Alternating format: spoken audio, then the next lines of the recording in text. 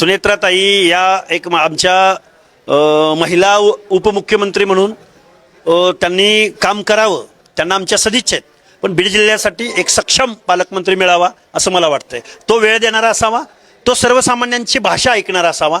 बीड जिल्ह्यामध्ये काय अडचणी आहेत, कुठल्या गोष्टी ना प्रायोरिटी दिली पाहिजे याचं सगळ्यांचं अवलोकन करायचं असेल तर तो फिरणारा, भिडणारा, बोलणारा, प्रत्येक तालुक्याला व्हिजिट करणारा, वेगवेगळ्या सेक्टरवरच्या प्रश्नावर मिटिंग घेणारा असा एक पूर्ण वेळ आणि एक सक्षम पालकमंत्री बीड जिल्ह्याला मिळावा. मला राजकारण करायचं नाही, याच्यातून कोणी राजकीय कुठला संदेश घेऊ नये, पण एक ओबीसी आंदोलक म्हणून आणि सर्वसामान्य कार्यकर्ता म्हणून मी ज्यावेळी प्रायोरिटीनं अनेक जिल्ह्यामध्ये फिरतो, नांदेडमध्ये फिरतो, तिकडे लोणार म्हणजे बुलढाणा जिल्ह्यामध्ये फिरतो, आमच्या जालन्यामध्ये फिरतो, आमच्या बारामतीला फिरतो, एक सक्षम माणसं हे बघा, हे जे पुढारी आहेत ना, हे पावसाळी अधिवेशन जनसामान्यांच्या प्रश्नावर कमी आणि पक्षांतरावरती जास्त चाललं.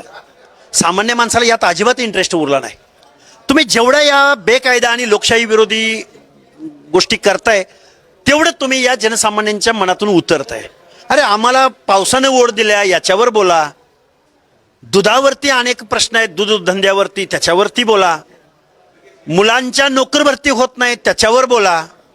तुम्ही त्या लाड नावाच्या आमदाराला आउटसोर्सिंगच्या माध्यमातून वेगवेगळ्या आस्थापनामधल्या ज्या नोकऱ्या तुम्ही प्रायव्हेट करून त्याला दिलेल्या आहेत आणि इथं आमची पोरं रात्रंदिवस मेहनत करतायत, अभ्यास करतायत, नोकर भरतीच्या प्रतीक्षेमध्ये आहेत, तिथं त्यांचे तुम्ही जॉब काढून घेतलेले आहेत. फडणवीस साहेब, तो लाड नावाचा तुमचा जो वरिष्ठ सभागृहातला आमदार आहे ना, त्याच्या माध्यमातून ज्या नोकऱ्या दिल्या आहेत, त्याच्या कंपनीच्या मार्फत जे तुम्ही पगार करताय ना, त्याची जबाबदारी तुम्ही घ्या ना. आमच्या ग्रामीण भागातल्या मुलांना संधी भेटेल, मुलींना संधी भेटेल, वेगवेगळ्या नोकर भरती होतील. हे भयंकर विचार करणाऱ्या गोष्टी आहेत. इथल्या राज्यकर्त्यांनी इथल्या तरुणांचा, इथल्या बेरोजगारांचा, इथल्या ओबीसींचा, इथल्या भटक्यांचा कधी नव्हे तो खेळखंडोबा केलेला आहे आणि या समग्र प्रश्नावरती आम्ही महाराष्ट्रामध्ये जनआंदोलन उभं करू.